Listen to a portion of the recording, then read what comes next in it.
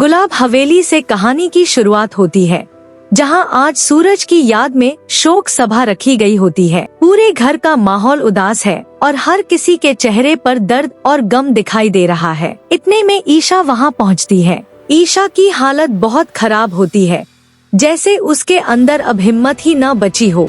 वह धीरे धीरे सूरज की तस्वीर के पास जाकर घुटनों के बल बैठ जाती है। रोते हुए वह कहती है कि सूरज, मुझे माफ कर दो, यह सब मेरी वजह से हुआ है। मैंने तुम्हारे खिलाफ एक वीडियो बनाया था और उसी वजह से मैंने तुम्हें खो दिया। मैं कभी अपने आप को माफ नहीं कर पाऊंगी। यह सब देखकर ताई माँ उसे संभालती हैं और कहती हैं कि इसमें उसकी कोई गलती नहीं है, असली जिम्मेदारी उनकी है। लेकिन इस पूरे माहौल में एक शख्स ऐसा भी होता है जिसके चेहरे पर आंसू नहीं होते, सूरज के पिता अरविंद जी। जब सभी लोग रो रहे होते हैं, तब अरविंद जी सबको कहते हैं कि अब रोना बंद करें, क्योंकि सूरज कभी नहीं चाहता कि उसे इस तरह याद किया जाए। उनकी बात सुनकर सब हैरान हो जाते हैं, क्योंकि वह इतने सख्त कैसे हो सकते हैं। असल में अरविंद जी अंदर से जानते हैं कि सूरज जिंदा है और इसी वजह से वह शांत रहते हैं। शोक सभा के बाद जब अरविंद जी अकेले होते हैं, तो वह चुपके से सूरज से फोन पर बात करते हैं। वह कहते हैं कि अब यह नाटक और नहीं हो सकता, तुम जल्दी सबके सामने आ जाओ, सब तुम्हें बहुत याद कर रहे हैं, खासकर ईशा। आज उसकी हालत बहुत खराब थी। इस पर सूरज कहता है कि उसे समझ आ गया है कि ईशा अब भी सिर्फ उसी से प्यार करती है और आकाश के साथ वह किसी बड़ी मजबूरी में है। लेकिन वह यह बात ईशा के मुंह से खुद सुनना चाहता है कि उसने 1 साल पहले ऐसा क्यों किया। इसके लिए उसने एक योजना बनाई है।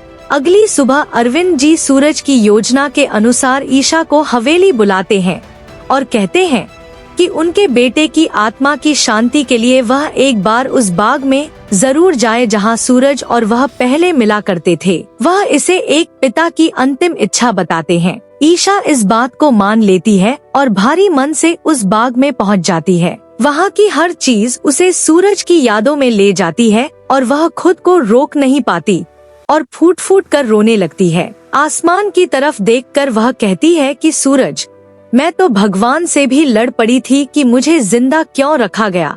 मेरी दुनिया तो तुम ही थे। तभी अचानक पीछे से कोई आकर उसके आंसू पोंछता है। जब ईशा मुड़कर देखती है तो उसके सामने सूरज खड़ा होता है।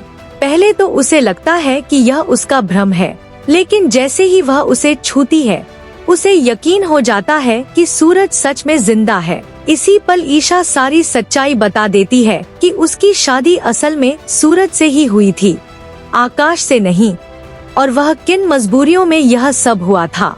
थोड़ी देर बाद बंटी भी वहां आ जाता है। सूरज को जिंदा देखकर और ईशा के साथ देखकर वह बहुत खुश हो जाता है और उसे गले लगा लेता है। सूरज को भी समझ आ जाता है कि बंटी ने हमेशा ईशा का साथ क्यों दिया था और वह उससे माफी मांगता है। आखिर में सच सबके सामने आ चुका होता है और सूरज और ईशा एक हो जाते हैं। लेकिन दूर एक पेड़ के पीछे आकाश छुपकर यह सब देख रहा होता है। अब देखना यह होगा कि जब उसे पता चल गया है कि सूरज जिंदा है, तो वह आगे क्या नई और खतरनाक चाल चलेगा। अगर आपको यह कहानी पसंद आई हो तो वीडियो को लाइक करें और ऐसी ही दिलचस्प अपडेट्स के लिए चैनल को सब्सक्राइब करना न भूलें।